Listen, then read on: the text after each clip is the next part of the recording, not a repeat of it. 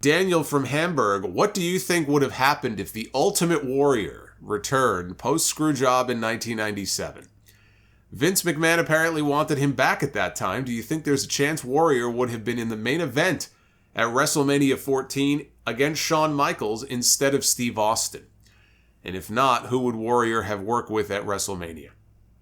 So what Daniel is referring to is a letter, and this letter first circulated, I think, a few years ago. But for whatever reason, things hit social media sometimes, and you never know when something is going to go viral, and it just kind of takes off. And so this was the first time people knew about this. But there is a copy of a contract from Titan Sports. It was drawn up and written by Vince McMahon. He made an offer to the Ultimate Warrior in December of 1997.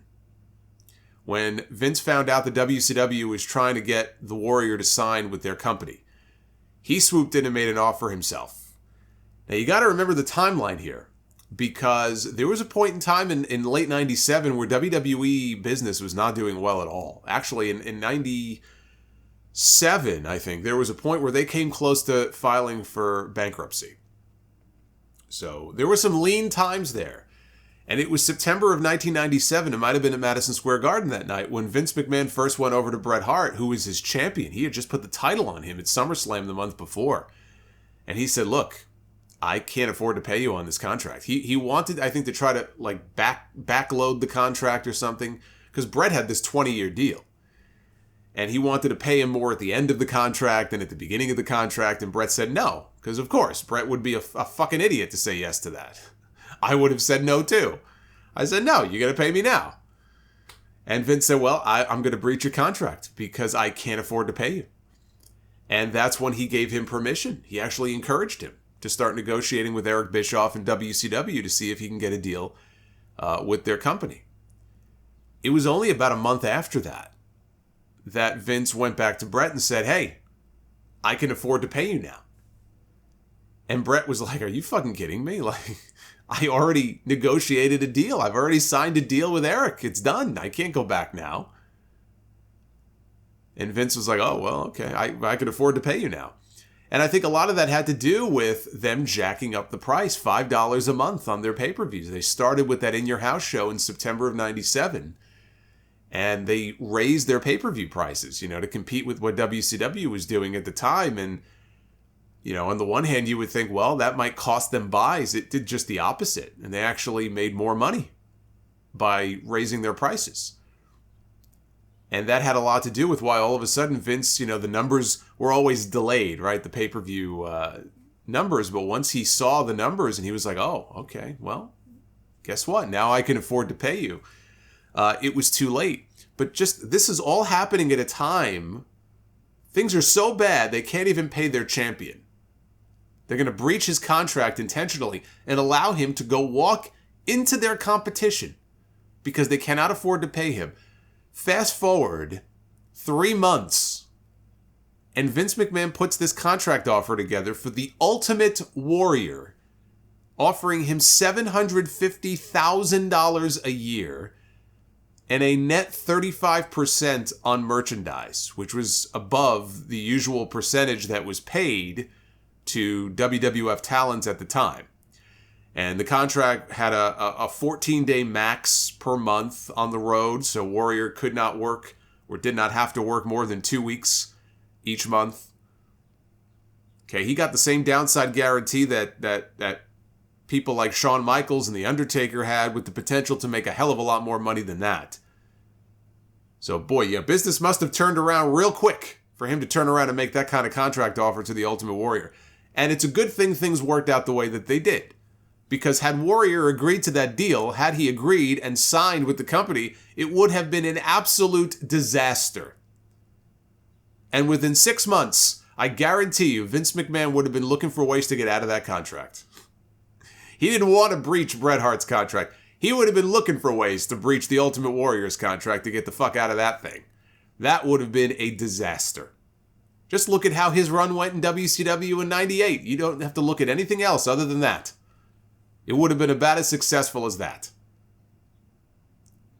Who he would have wrestled at WrestleMania, I have no idea. Would he have gotten the spot against Shawn Michaels? I don't think so. Austin was already on the ascent.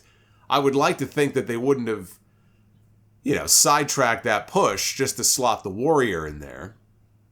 By December of 97, they were close enough to WrestleMania. They would have already had to have had their plans in place.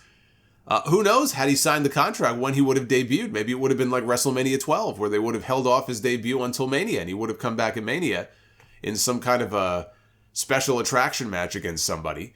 I don't have the foggiest idea who it would have been against. Undertaker and Kane, they had their own thing going. Austin still would have had his match with Shawn Michaels. But if Warrior would have come in, that would have been death for Stone Cold's run. That first title run, I mean, it would have been, I cannot put into words how much of a bullet they dodged. And Austin dodged by Vince not signing Warrior, by Warrior not agreeing to that contract. That would have been a fucking disaster. Kevin from Sycamore, Illinois. Would you equate Sting's current run in AEW as the veteran willing to do just about anything to help the new company, much like Terry Funk did in ECW? Well, Terry Funk's run meant a lot more to ECW than Sting's run means to AEW, but I get what you're saying. He's definitely willing to do whatever is asked of him. He is a team player. I think he's having the time of his life. I think he's just happy to have a place where he is allowed to actually work. He's cleared to work. And I'm sure that he is still making great money, and he's able to go out there and be Sting for a few more years. He knows that he's 63. He knows he's not going to be doing this when he's 73. So, he doesn't know how many more years and how many more matches he's got left. He's able to go out there and get the kind of reactions and the respect that the talent gives him and the crowd gives him every time he goes out. He still gets to dress the part with the trench coat and the makeup. And the makeup helps, by the way, hide the age a little bit. And so he's loving life right now. These are years that he probably never thought he would have when he was still with WWE, because they were never going to let him work again. And he's been able to stay safe and stay healthy. And, it's funny to me. Like now it's almost like he can't help himself. He's got to do some kind of dive in every match. So it is a little Terry Funk-esque, but what Terry Funk meant to ECW was far more important than what Sting means to AEW. John from Florida, I have two questions for you. Why did Vince turn Roman Reigns heel and not John Cena? Second question, how has the lucha libre style influenced the modern wrestling world, good and bad?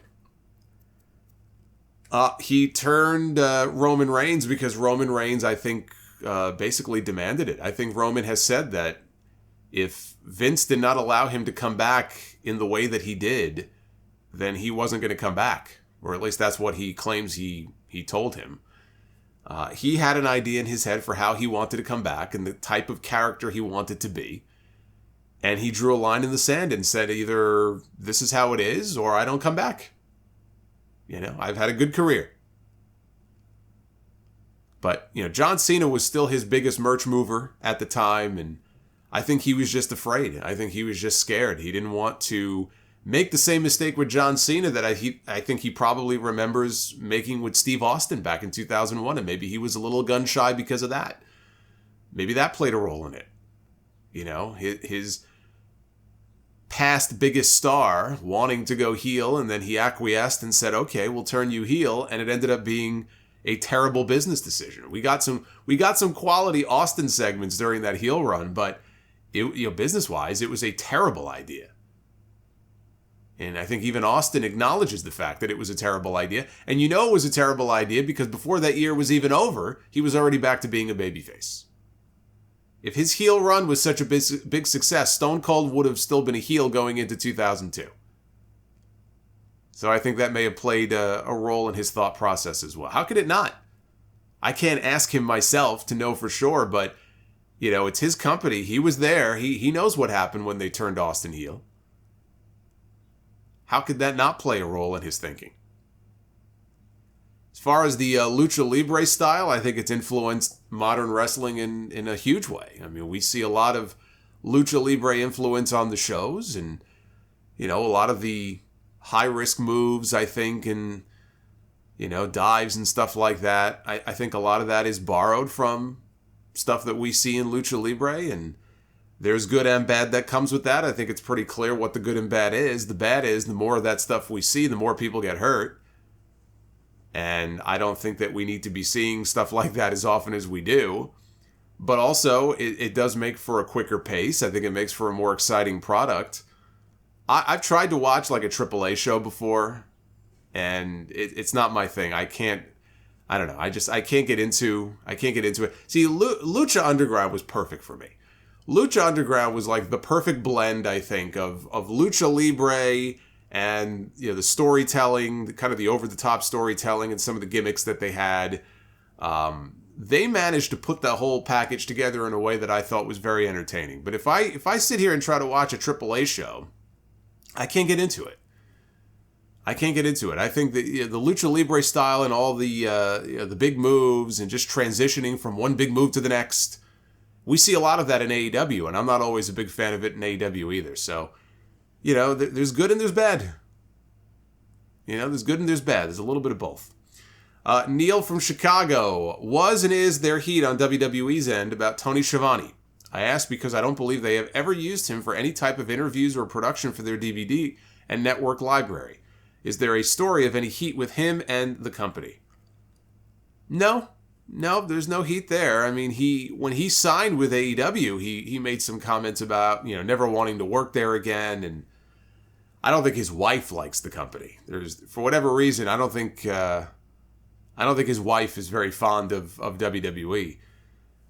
But if I remember correctly, I mean, he was open to the idea of doing stuff like that on DVDs and production work and stuff like that. When he left the company in 1990, he left on good terms. He only left, I think, because it had to do with his kids and the school situation, and it really was more about family. It wasn't that he didn't like it there. He had a blast working for WWE in 89 into 90. But, having to move to Connecticut and everything, it just wasn't going to work. So when he left, there was no heat. They didn't part on bad terms. So no, I'm not aware of there being any pre-existing heat with him in the company. Richie in Syosset, New York. It's no secret that storylines get dropped frequently in wrestling. Has there ever been a storyline that you were invested in that you thought could have been something great but was dropped? I don't know that I was really invested in them. But the Vince McMahon lockbox thing, that should have been expanded on after WrestleMania 32. I don't think they ever had any plan to follow up on it, but that could have been interesting.